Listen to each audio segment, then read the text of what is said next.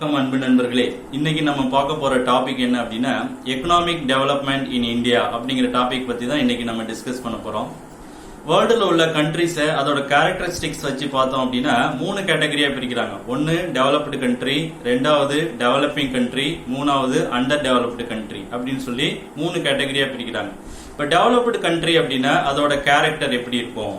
High level of income and high level of consumption இருக்கும். High standard of லிவிங்ல அவங்க வாழ்வாங்க. Better quality of the life of people அங்க இருப்பாங்க. High literacy rate அந்த கண்ட்ரில இருக்கும்.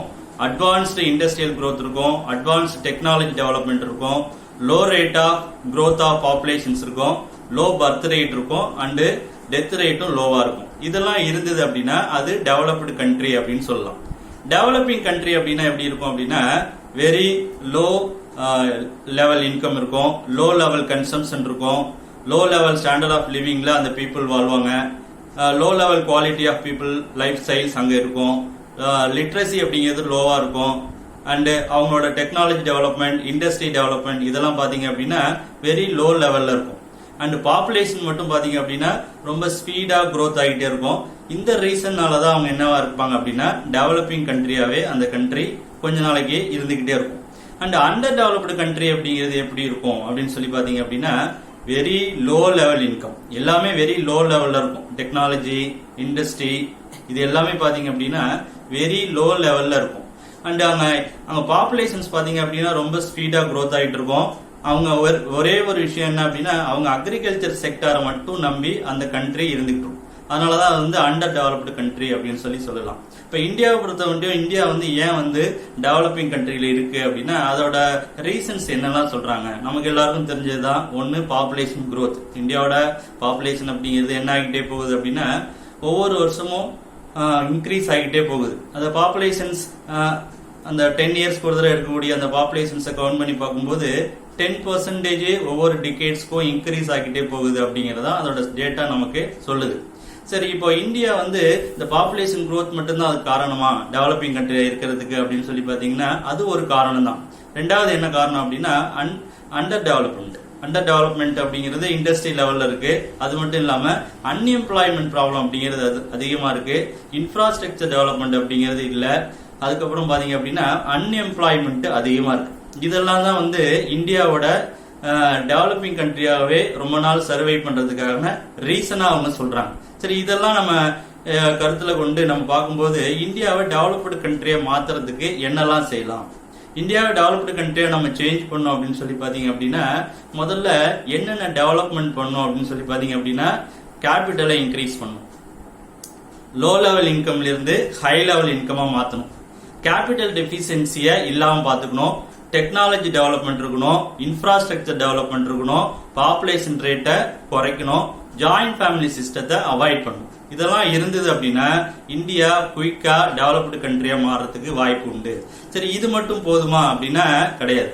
எக்கனாமிக் லெவல்ல இந்தியா growth ஆகணும். இப்ப எக்கனாமிக் லெவல்ல இந்தியா growth ஆகணும் அப்படின்னா அதுக்கு 3 செக்டார் தான் கை கொடுக்கும். என்ன 3 செக்டார் அப்படின்னா ஒன்னு அக்ரிகல்ச்சர் செக்டார், ரெண்டாவது இண்டஸ்ட்ரியல் செக்டார், மூணாவது சர்வீஸ் செக்டார். இந்த 3 செக்டாரும் ஈக்குவலான இன்கம் ஏர்னிங்க கொடுத்தது அப்படின்னா நேஷனல் இன்கம் இன்க்ரீஸ் ஆகும். அது மூலமா இந்தியா எக்கனாமிக் growth ஆகும்.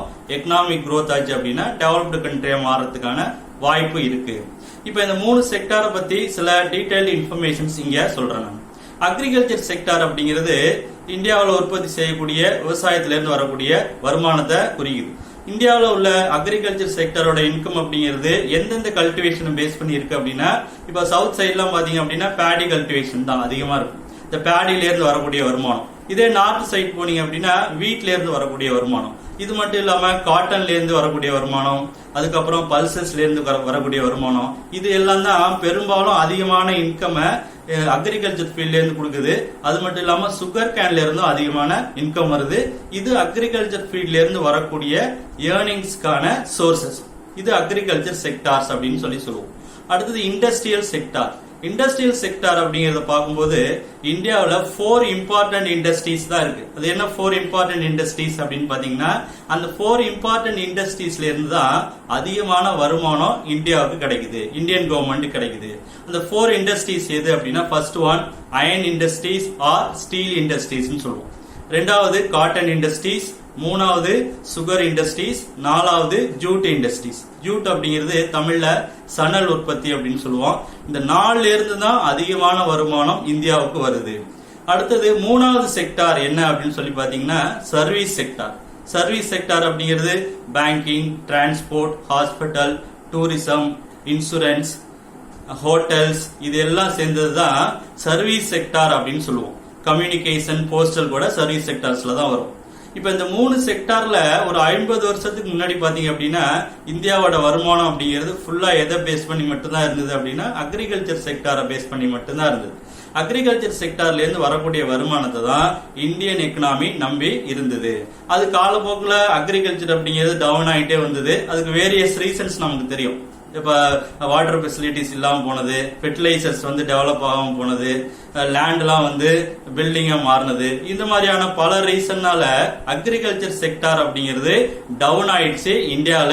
இப்ப அதிகமான வருமானம் அப்படிங்கிறது அக்ரிகல்ச்சர் செக்டார்ல இருந்து இந்தியாவுக்கு கிடைக்கல. அடுத்தது இண்டஸ்ட்ரியல் செக்டார். இந்த 4 இண்டஸ்ட்ரியை மட்டும்தான் இந்தியா நம்பி இருந்தது. அக்ரிகல்ச்சர் டவுன் ஆனோன்னு காட்டன் இண்டஸ்ட்ரீஸ் டவுன் ஆயிடுச்சு. அக்ரிகல்ச்சர் டவுன் ஆனோன்னு சுகர் இண்டஸ்ட்ரி டவுன் ஆயிடுச்சு. இப்ப நேச்சுரல் ரிசோர்சஸும் குறைஞ்சிட்டு இருக்கிறதுனால ஸ்டீல் இண்டஸ்ட்ரியோட வருமானம் அப்படிங்கிறதும் அந்த அளவுக்கு இல்ல. ஜூட் இண்டஸ்ட்ரியும் அக்ரிகல்ச்சரை பேஸ் பண்ணி இருக்கிறதுனால வருமானம் குறைஞ்சிருச்சு. இன்னொன்னு இண்டஸ்ட்ரியிலோட வருமானம் குறையறதுக்கான இன்னொன்று காரணம் என்ன அப்படின்னா, இந்தியாவில் டெக்னாலஜி அந்த அளவுக்கு இம்ப்ரூவ் ஆகல, அட்வான்ஸ்மெண்ட் அப்படிங்கிறது பண்ணல, இன்ஃப்ராஸ்ட்ரக்சர் அந்த அளவுக்கு ஃபெசிலிட்டிஸ் இல்ல. இதனால இண்டஸ்ட்ரியில இருந்து வரக்கூடிய வருமானம் அப்படிங்கிறது ஒரு 30 ஆண்டுகளுக்கு முன்னாடி இந்தியாவில் இருந்ததே தவிர இப்ப ரீசெண்டா பாத்தீங்க அப்படின்னா அதிகமான வருமானம் இண்டஸ்ட்ரியல் செக்டார்ல இருந்தும் வரல. அப்ப எதுல இருந்து தான் நமக்கு இந்தியாவுக்கு எக்கனாமிக் வருது அப்படின்னு பாத்தீங்கன்னா, பிரசண்டா ஒரு 20 இயர்ஸா இந்தியாவோட economy fully based on the earnings from service sector. Service செக்டார்ல இருந்து வரக்கூடிய வருமானம் மட்டும்தான் இந்தியாவோட எக்கனாமியை ஓரளவுக்கு நிலைநாட்டிக்கிட்டு இருக்கு. அதாவது டிரான்ஸ்போர்ட்ல வரக்கூடிய வருமானம், பேங்கிங்ல வரக்கூடிய வருமானம், ஹோட்டல்ல இருந்து வரக்கூடிய வருமானம், ஹாஸ்பிட்டல்ல இருந்து வரக்கூடிய வருமானம், கம்யூனிகேஷன்ல இருந்து வரக்கூடிய வருமானம், எஜுகேஷன்ல இருந்து வரக்கூடிய வருமானம், இதுதான் பிரசண்டா இந்தியாவுக்கு வரக்கூடிய எக்கனாமிக்காவே இருக்கு. அப்ப இந்த ஒரு செக்டாரை மட்டும் பேஸ் பண்ணி இந்தியா வந்து growth ஆயிடுமா எக்கனாமிக் லெவல்ல அப்படின்னா முடியாது. எந்த ஒரு கண்ட்ரில இந்த 3 செக்டாரும் சேர்ந்து அதிகமான ஏர்னிங்ஸ இன்கம் கொடுக்குதோ அப்பதான் நேஷனல் இன்கம் அப்படிங்கிறது இன்க்ரீஸ் ஆகும். நேஷனல் இன்கம் இன்க்ரீஸ் ஆகுது அப்படின்னா பெர் கேபிட்டல் இன்கம் அப்படிங்கிறது இன்க்ரீஸ் ஆகும், ஜிடிபி ரேட் அப்படிங்கிறது இன்க்ரீஸ் ஆகும். இதெல்லாம் இன்க்ரீஸ் ஆகும்போது ஒரு கண்ட்ரி எக்கனாமிக் லெவல்ல வெல்த் ஆகும், ஆட்டோமேட்டிக்கா டெவலப்டு கண்ட்ரியா மாறிடும். இந்த developing country, developed country, under developed country அப்படிங்கிறதெல்லாம் பிக்சட் கிடையாது. ஒவ்வொரு வருஷமும் அதோட பாயிண்ட் ஆஃப் வியூ கேரக்டர் ரேட்டை பொறுத்து தான் அவங்க டெவலப்ல இருக்காங்களா, அண்டர் டெவலப்பிங்ல இருக்காங்களா, டெவலப்பிங்ல இருக்காங்களா அப்படிங்கறத வேர்ல்டுல அவங்க லிஸ்ட் ப்ரொவைட் பண்ணுவாங்க. அப்ப இந்தியா வந்து டெவலப்பிங்ல இருந்து டெவலப்டு கண்ட்ரியா மாறணும், எக்கனாமிக் growth பண்ணும் அப்படின்னா இந்த 3 செக்டார்ல இருந்தும் அதிகமான இன்கம் வரணும். இந்த 3 செக்டார் எது அப்படிங்கிறது நான் ஒரு செகண்ட் ரிமைண்ட் பண்றேன். ஒன்னு அக்ரிகல்ச்சர் செக்டார், ரெண்டாவது இண்டஸ்ட்ரியல் செக்டார், மூணாவது சர்வீஸ் செக்டார். இப்ப சர்வீஸ் செக்டாரோட growth அப்படிங்கிறது ஒன்னும் பிரச்சனை இல்ல. சர்வீஸ் செக்டார் நல்லாவே இந்தியாவில் போயிட்டு இருக்கு. நிறைய ரீசன்ஸ் இருக்கு அதுக்கு. இப்ப நம்ம எதை growth பண்ணணும் அப்படின்னு பாத்தீங்கன்னா, ஒன்னு growth பண்ணணும், கான்சென்ட்ரேட் பண்ணணும், டெவலப் பண்ணணும். அது எந்தெந்த செக்டார்ல கான்சென்ட்ரேட் பண்ணணும் அப்படின்னா, ஒன்னு அக்ரிகல்ச்சர்ல கான்சென்ட்ரேட் பண்ணணும். அக்ரிகல்ச்சர்ல இப்போ நம்ம கல்டிவேஷன் பண்ணக்கூடிய இந்த விஷயங்கள்லாம் பாத்தீங்க அப்படின்னா சாப்பிடறதுக்கு மட்டும் தான் பத்துது. அக்ரிகல்ச்சரை வெறும் சாப்பிடறதுக்கு மட்டும் யூஸ் பண்ணாம பிசினஸ் மாத்தணும். அக்ரிகல்ச்சர் ப்ராடக்டை எக்ஸ்போர்ட் பண்ணணும். அது மூலமா நமக்கு அதிகமான இன்கம் வரும். அதனால அதிகமான கல்டிவேஷனுக்கு கவர்மெண்ட் வந்து கான்சென்ட்ரேட் பண்ணி விவசாயிகளை வந்து அதிகமா டெவலப் பண்ணிச்சு அப்படின்னா அக்ரிகல்ச்சர் செக்டார்ல இருந்து அதிக வருமானம் வரும். அடுத்தது industrial sector. Industrial sector growth ஆகணும் அப்படின்னா டெக்னாலஜி அட்வான்ஸ் பண்ணணும். டெக்னாலஜியல் இம்ப்ரூவ்மெண்ட்டும் இன்ஃப்ராஸ்ட்ரக்சர் டெவலப்மெண்ட்டும் இருந்தது அப்படின்னா அதுக்கு நம்ம ஃபாரின்ல கொலாபரேட் பண்ணலாம், இல்ல எக்ஸ்சேஞ்ச் ஆபரேஷன்ஸ் பண்ணலாம். இதெல்லாம் பண்ணோம் அப்படின்னா இண்டஸ்ட்ரியல் செக்டார் அப்படிங்கிறது growth ஆகும். இப்ப இந்த 3 செக்டாரும் சைமல்டேனியஸா growth ஆச்சு அப்படின்னா இந்தியா கண்டிப்பா எக்கனாமிக்ல growth ஆகும், நேஷனல் இன்கம் இன்க்ரீஸ் ஆகும், நேஷனல் ப்ரொடக்ஷன் இன்க்ரீஸ் ஆகும். இப்போ ஆட்டோமேட்டிக்கா எக்கனாமிக்கும் growth ஆகும். இந்தியா டெவலப்டு கண்ட்ரியா மாறுறதுக்கான வாய்ப்பு அதிகமாகவே இருக்கு. இன்னும் சொல்ல போனா பிரகாசமாகவே இருக்கு.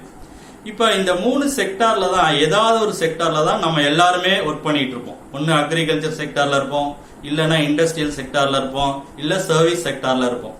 அதனால ஒவ்வொரு செக்டார்லயும் இருக்கக்கூடிய நாம அனைவரும் என்ன பண்ணோம் அப்படின்னா நம்மளோட ஆர்கனைசேஷனுக்கு முடிஞ்ச வரைக்கும் நல்லா ஒர்க் பண்ணோம் அப்படின்னா ஆட்டோமேட்டிக்கா அந்த ஆர்கனைசேஷனும் டெவலப் ஆகும்.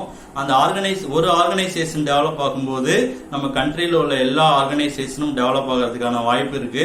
இப்போ ஹார்ட் ஒர்க், ஸ்மார்ட் ஒர்க் இந்த 2 ஒர்க்குமே இந்த இண்டஸ்ட்ரியல்ல செக்டார்ஸ்ல நம்ம யூஸ் பண்ணோம் அப்படின்னா ஆட்டோமேட்டிக்கா இந்தியா ஒரு நெக்ஸ்ட் 5 இயர்ஸ்லயே டெவலப்டு கண்ட்ரியா மாறதுக்கான வாய்ப்பு இருக்கு. ஒரு கண்ட்ரி டெவலப்டு கண்ட்ரியா மாறணும் அப்படின்னா அதுக்கு எக்கனாமிக் அப்படிங்கிறது ரொம்ப முக்கியமான பாயிண்ட். அதனால எக்கனாமிக்கை டெவலப் பண்றதுக்காக இந்தியாவுக்கு நம்ம ஹெல்ப் பண்ணுவோம். அது மூலமா நம்ம கண்ட்ரி டெவலப்டு கண்ட்ரியா மாறுறதுக்கு எல்லாரோட உறுதுணையும் ஹெல்ப்பும் இருந்துச்சு அப்படின்னா கண்டிப்பா மாறிடும் என்பதற்கு எந்தவித ஐயப்பாடும் இல்லை. நன்றி, வணக்கம்.